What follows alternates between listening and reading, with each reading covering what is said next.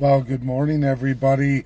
My last week here in Ontario coming to an end. We finished our last series in the nuclear refurbishment, last few welds to go. I'll be gone Friday. Gonna go through the United States, gonna do all of that. I want to do this video, it's really huge. Mark Carney's made major announcements as of yesterday, posted on the Prime Minister's website, going through Government of Canada, can't make it up. In the link of this title, it goes through all of that for our lumber industry. Agenda 2050, Century Initiative, for those who don't know. Canada runs its own massive global immigration system, to the likes of which no other country runs in the world, far outpacing even that of the UK. It's catch-up, right? 500,000 a year. But in regards to lumber, Mark Carney's committed to building 500,000 homes a year. 500,000 new immigrants, 500,000 new homes. Apparently, Canadian taxpayers are going to be on the hook for all of these new high-rise complex, massive subsidized living for mass immigration. Goes on to the Agenda 2050. Donald J. Trump isn't having any of it.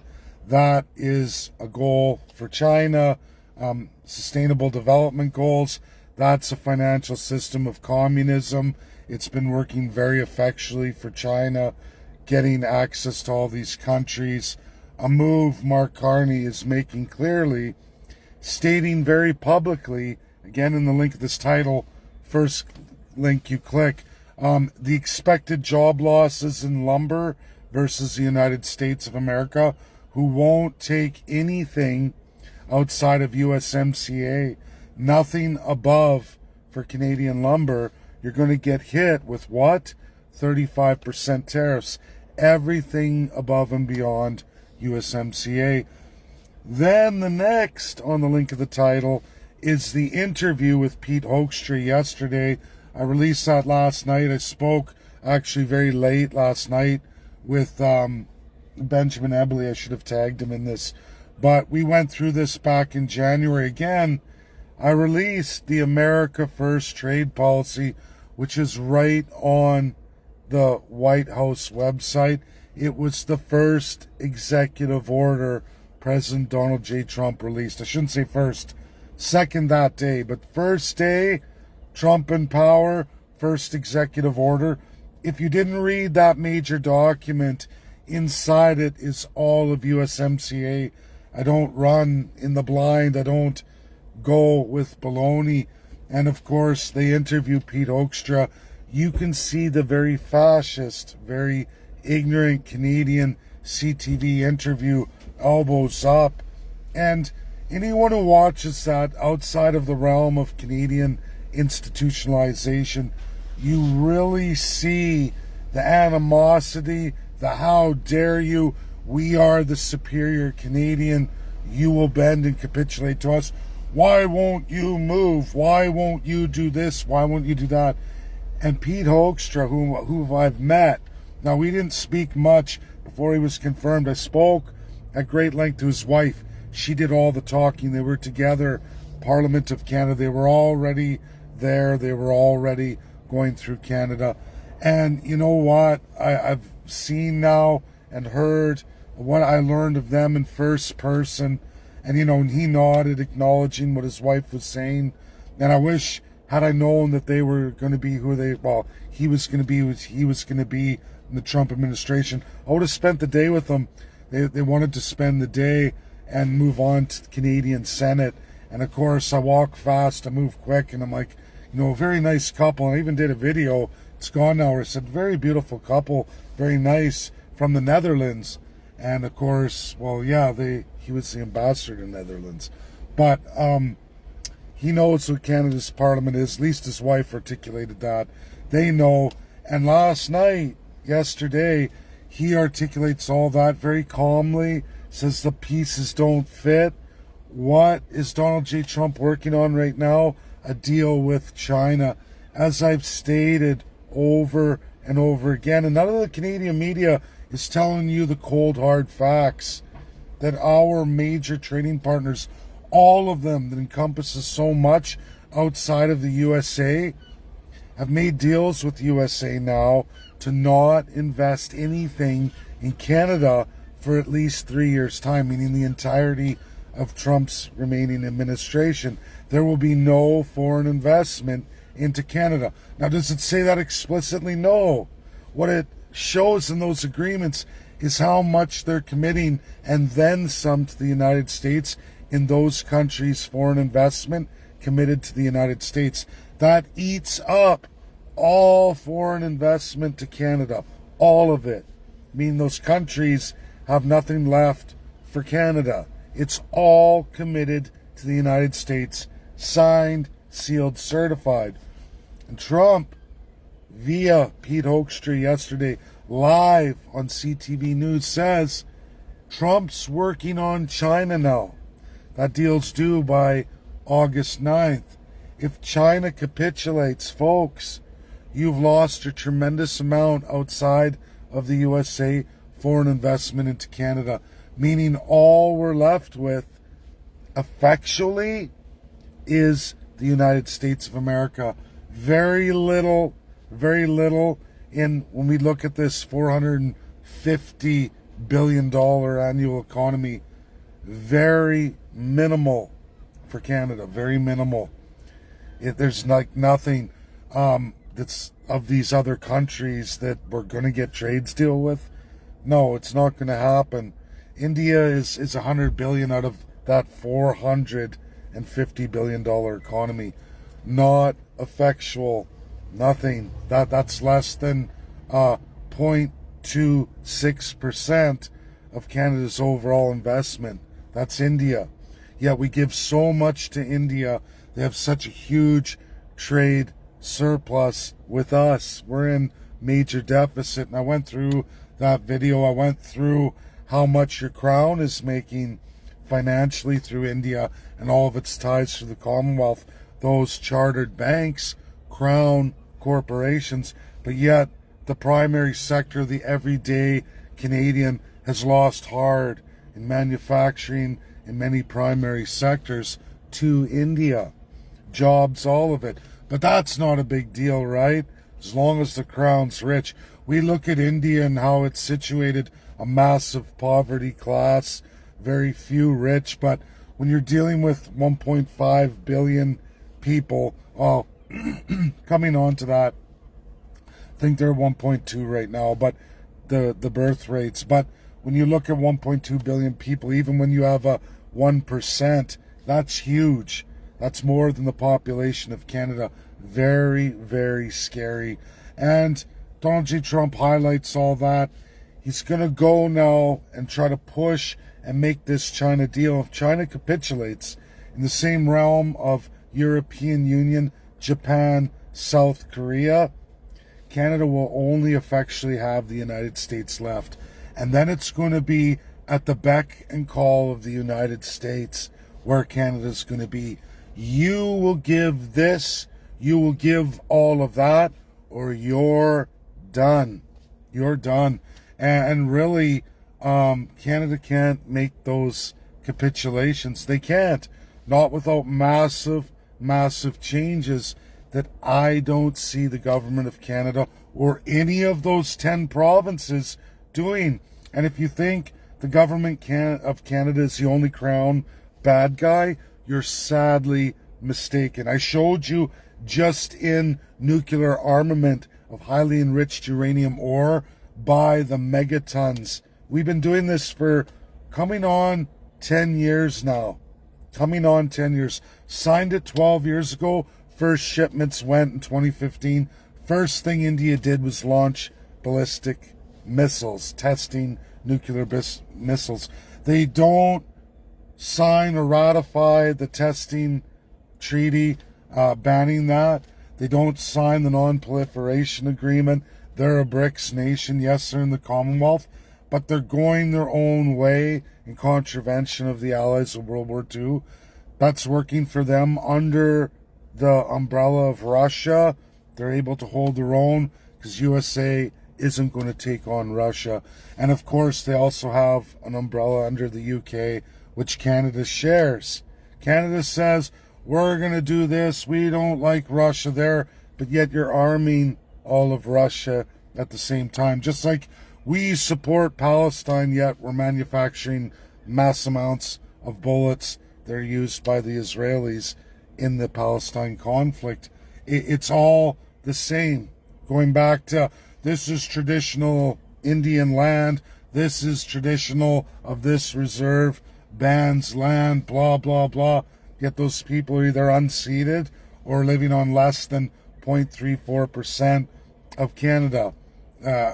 Way, way under what American Indians have and utilize in the United States of America. And a lot of people don't appreciate that. You can look from outer space. 1/50th of the United States belongs to American Indians with their own sovereignty, self-government, the power of a state. Nations within a nations. Wasn't so long ago I was called crazy, lunatic by so many, and yet Americans are like, no, he's right. He is deadly accurate. Canada is completely flawed. Canada is in a socialist and very fascist state. When you watch that interview with Pete Hoekstra, you see and feel the animosity. You see and feel the narcissism, the superiority, which is all the definition of a fascist.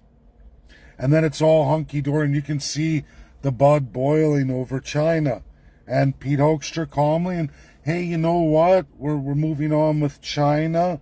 If you haven't noticed our other trade arrangements with all your other partners, we're going after your next one, China, the big fish. And if we get that, you're screwed. And it won't be long through the BRICS before China, if they ratify the United States agreement.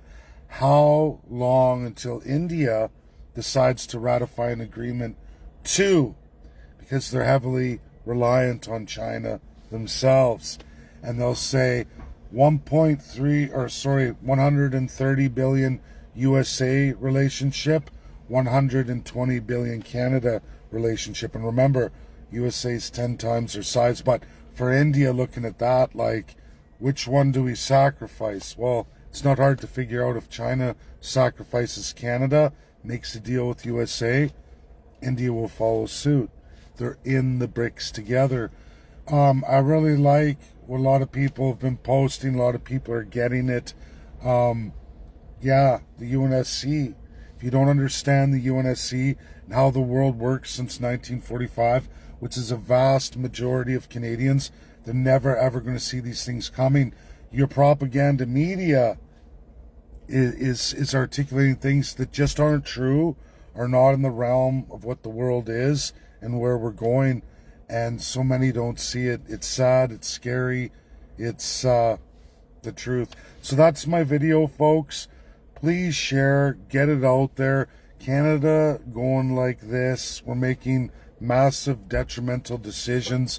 You can't subsidize your way out of this. This is the mark of a socialism where you put so much on the taxpayers. To put it in equivalency for Americans, can you imagine Donald J. Trump saying, we're going to build 5 million homes a year because of Joe Biden's mass immigration through illegal, which is made legal in Canada. Canada says, oh, that's not illegal immigration. We're going to incorporate that. Not just that, we're going to target all the countries of our origins of immigrants. We're going to target the third world, all those who are in either a caste system or who are really under servitude or slave-like state conditions where government is everything. Those are the kind of people we want in the Canada we're building. Can you imagine Donald J. Trump saying that in the equivalency? 5 million homes paid by American taxpayers for all the mass flooding into the United States. It's not happening now. Donald J. Trump shut all that down. But can you imagine him rolling that out, or a Joe Biden? That's what Canada's been running through both our parties since 2006. It started with the Conservatives. This is why Donald J. Trump does not like the Conservative Party of Canada, with so much animosity to Pierre Poilievre. You can look at the nuclear deal with India. That's not a country of the Allies. It doesn't have that authority. Canada grants that to them in contravention, really.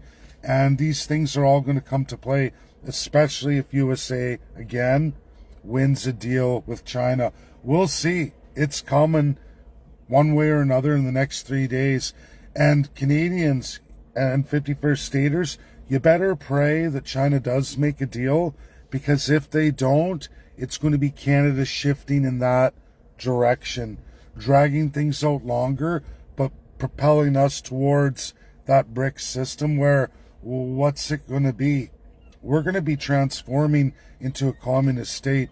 And if you don't think so, just go look at world history. Those who roll with this group go this way. Those who roll with that group go this way. So if you're into freedom, liberty, we the people, all of that, you won't be getting that in that kind of transition. And if USA says, okay, we didn't get China, and you're going with India, China, and you want that system of caste or full-on communism, USA is going to be divesting and diverging completely out of Canada. And then I think it will be a whole new narrative where, kind of like Mexico with the wall, but I think Canada's going to be a lot more, because USA is going to say these strategic resources can't fall into that side of the line, and we're going to have to start looking at our US-UK treaties over this country, Canada.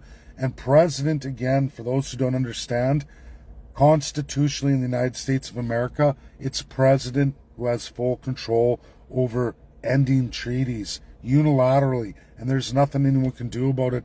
And there are many treaties over Canada that were signed, sealed, certified by USA UK, that when Donald J. Trump pulls out the ruler made by rulers to draw lines called Canada USA, he starts ripping those up. All of a sudden the line starts changing. Canada changes, and all of a sudden Canadians find themselves in American lands held by America. There's really, on this earth, nobody to stop any president going for the United States from doing that. And if you push hard enough, you go so hard in that direction, you will see. And only a deluded socialist fascist, and you've seen it in history, Adolf Hitler, you've seen it with the South Africa apartheid regime, did not care how much suffrage these people, didn't care the German people and those South Africans experienced in the time, did not care. They took it to the extreme over decades. When you look at the history of Germany, you think it's fast. It wasn't. 1933 all the way to 1945, and realistically, 1911 all the way to 1945. Again and again, brewing, getting worse. South Africa apartheid, 1952 all the way up to 1988. Think about that. That long, went through that much pain. The people of South Africa, the people of Germany put through that amount of pain. We don't see it today because now it's so many decades later, they've changed, amalgamated, but it's living in those decades of the pain. And that's where Canada is going. It's already started at an epic level, and this is just, minuscule, a 15%, like, I like what Pete Oakster says, it's only pretty much a 5% tariff, even though it's 50-35 on core huge industries that really destroy Canada, because you can't live on service sector GDP. That's all generated from the primary sector GDP. When you have core primary sector, national security, national significant primary sectors compromised, look out, you're in big, big trouble. And we will see. I know a major date is October 27th. That will be the date in Canada. We know if these puzzle pieces are never going to fit. And as it stands right now, all things equal, they are never going to fit. I can tell you, everything you read right on the White House website, published executive order, first day one of presidency, you go through that America First trade policy and you get to USMCA, it's all there. And understand why Mexico is getting reprieve, why Mexico already has way less tariffs and has reprieve. They're not even being implemented because they've already started negotiating an entire year before. They had the foresight because they're not fascist like Canada, where we're superior. How dare you tell us? When Canadians, and for Americans to know, since 1848, Canada's only been beaten, abused by the global world over and over again. In fact, UK being the worst, our head of state has beat the shit out of us the worst. They were the first to sell us out, cancel all trade. You think what Donald J. Trump is presenting and pushing with tariffs, which are sanctions right now, are anything? Go back in your history books, you'll find UK crushed us first, and we still remain enshrined as head of state. Canada last, according to the monarchy, according to the UK, and we saw it again. Who was the first to make a trade deal with the United States, stealing a mass amount of market share of Canadian cars that you're never going to get back? No matter what, you've lost those 100,000 cars in the United States that you used to sell, you'll never sell again. Who got it first? Oh yeah, it was UK, your head of state. Wow.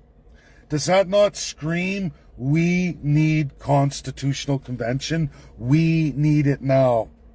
Rogue provinces, every single one, going in all these different directions with a lunacy, unfettered, unrestricted, no constitution, no highest laws of the land. Say, hey, these are the rules, you can't cross these lines. There are no lines for the provinces.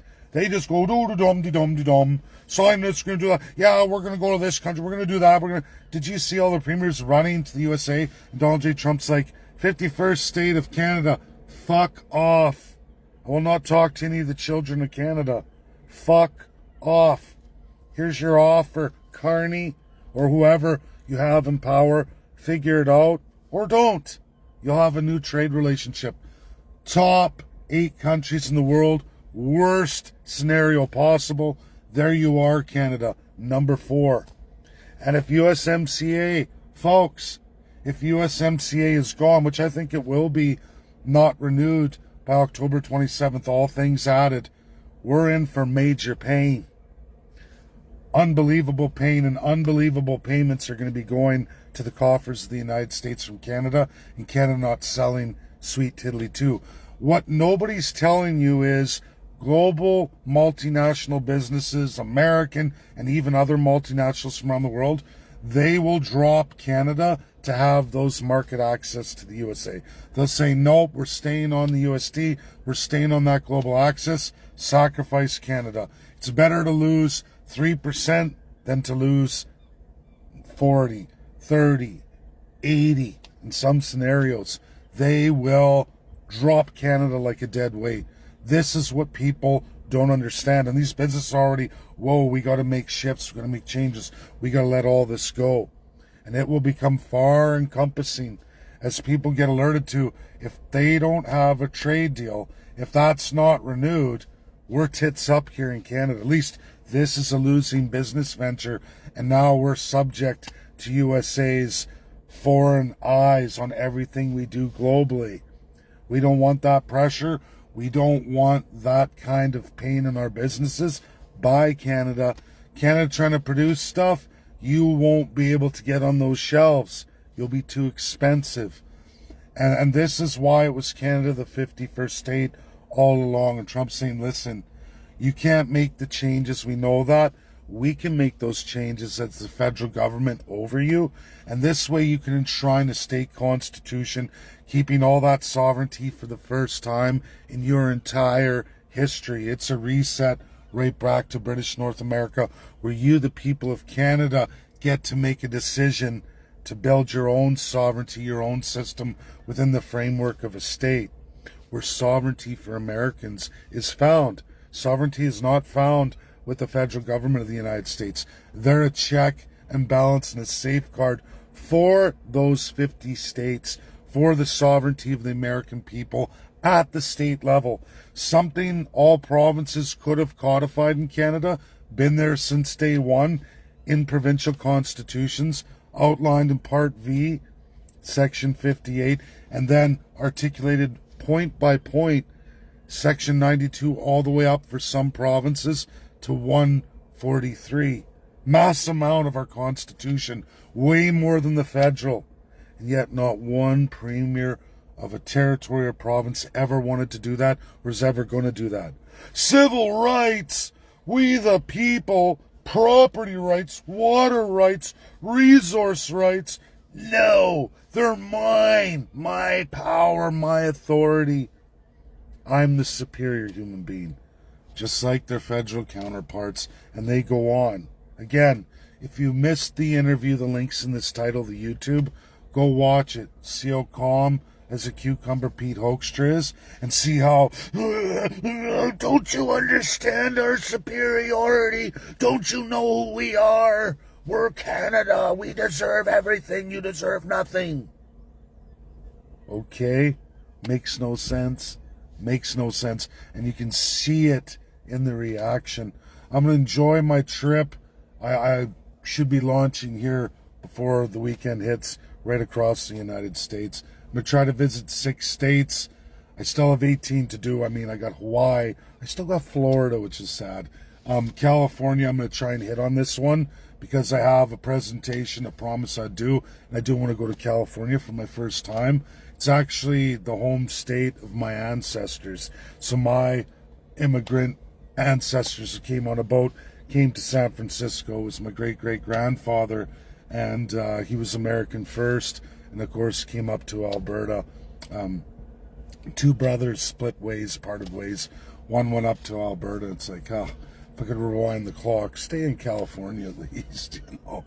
But that's the way the cookie crumbles. Who knows? Things happen for a reason. That's my video. A tremendous amount here. It's an I told you so. Anyone who's been following me, I've been going through the list of our trade partners, all targeted by the United States. And it was reiterated by Pete Hoekstra, Ambassador Pete Hoekstra, that China's next. And if you lose China, what are your cards? Like Donald J. Trump said, you don't have the cards. And Canada can pray for China, but think about that, Canadians. 12 years ago, pray for China, merge with China, massive trade deals with China. Hell no, by more than 87% of the Canadian surveyed population. Was a no-brainer. Now today it's, come on, we love China. That is a mass transition of institutionalization and sickness to likes of which I don't think anyone in the world can see, but that's how easily it is to manipulate Canadians. It's that easy with the Crown institutionalization over many, many generations. And of course, an immigrant targeted population of mass immigration that focuses on people who are living in subjugated third world states by large margin. Come on, by the massive groves. It's scary. And I think USA knows it's now or never for Canada. Get them now or you're never going to get them. It's at point critical. That's my video. Share. Get it out there. Enjoy your day. Bye now.